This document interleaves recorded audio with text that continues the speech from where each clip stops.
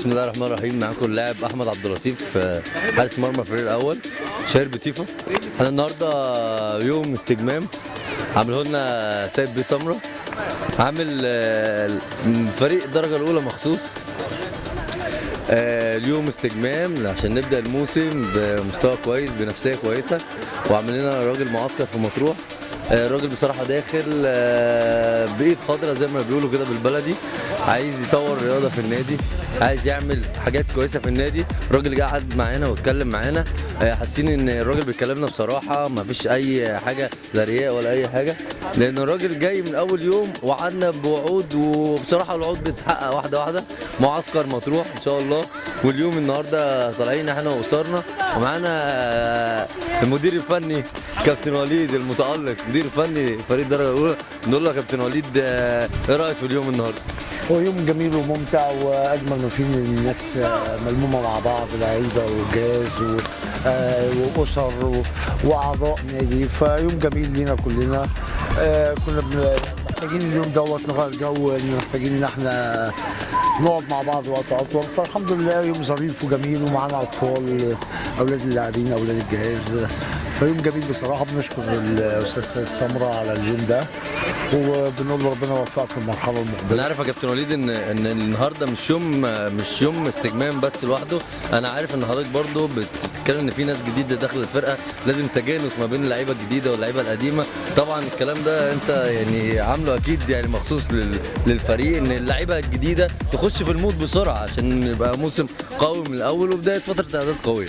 والله هو اللعيبه الجديده مش محتاجه اليوم ده، محتاجه وقت طويل عن كده، ووقت اطول من ده هياخد مننا مجهود، هياخد مننا وقت، وده اللي وعدنا بيه الاستاذ سيد سمره في المعسكر مطروح الاسبوع القادم ان شاء الله يوم الثلاث الجاي. ويوم زي النهارده بيساهم، معسكر زي مطروح 4 ايام بيساهم، يوم تاني في ثالث في رابع، هو ده اللي هيعمل الانسجام والتفاهم بينهم. لكن احنا محتاجين اكتر من يوم واكتر من وقت يقعدوا فيه، اطول وقت ممكن، لان هم فعلا محتاجين ان هم يعرفوا بعض اكتر، يعاشروا بعض اكتر، يحسوا ببعض اكتر. فانا عشان كده بقول لك انا بشكر الاستاذ سيد سمره على ان هو قدر يوفر لنا الوقت ده اللي نقعد فيه مع بعض كلاعبين. شكرا يا كابتن، وان شاء الله بالتوفيق باذن الله، ونلتقي باذن الله ان شاء الله في معسكر مطروح برضه. انا بشكرك كابتن تيفا، ونلتقي في معسكر مطروح، بس انا زعلان لان الاستاذ سيد سمره كان قايل لي انا جاي وما جاش لغايه دلوقتي. فعلا هو كان وعدنا فعلا ان هو يجي، بس ان شاء الله ممكن يجي في نص اليوم، فانا مستنيه. قول له لو اتاخر بقى عن كده هنزعل قوي. لا ان شاء الله جاي. شكرا يا كابتن. شكرا يا كابتن احمد.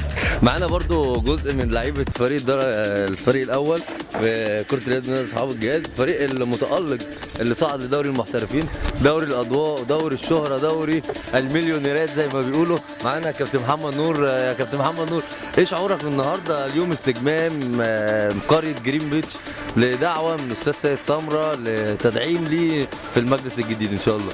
والله يعني اول حاجه بشكر استاذ سيد يعني على اليوم الجميل ده والاحتفاليه الحلوه دي منه بصراحه يعني، ويوم جميل كده بنفك فيه اول تمرينتين تراك وجري وربنا يسهل كده وربنا يكرم الفتره اللي جايه ان شاء الله باذن الله.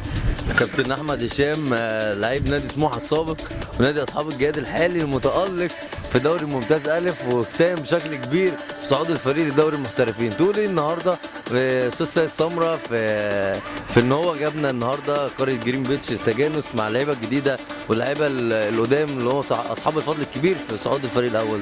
انا بشكره جدا يعني، هو راجل محترم وقعد معانا وسمع كل طلباتنا، وان شاء الله يعني بقى وشه خير علينا ان شاء الله، والسنه الجايه نحقق له اللي هو عايزه ان شاء الله يعني، نستمر مع النادي في النجاح ان شاء الله. ان شاء الله. خلصت فيك كل الكلام يا معلم القلب الغار، خلصت فيك كل الكلام يا معلم القلب الغار، قلبك نداني رجعني تاني، دوب حناني في هواك، قلبك نداني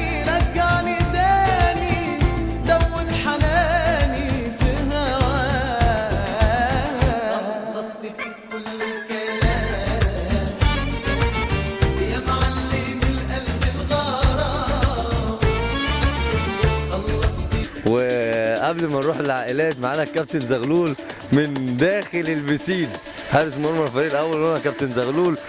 كنت تقول ايه الاستاذ سيد سمره بعد تدعيمه وتدعيم الدرجه الاولى وتدعيم النادي كله؟ والله قرية جميلة ويوم جميل والناس كلها مبسوطة بصراحة، ما شفتش حد مش مبسوط.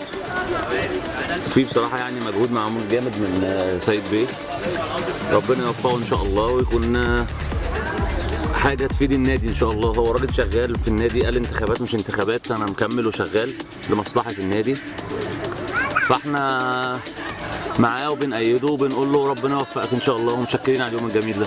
حلمي وكان في خيالي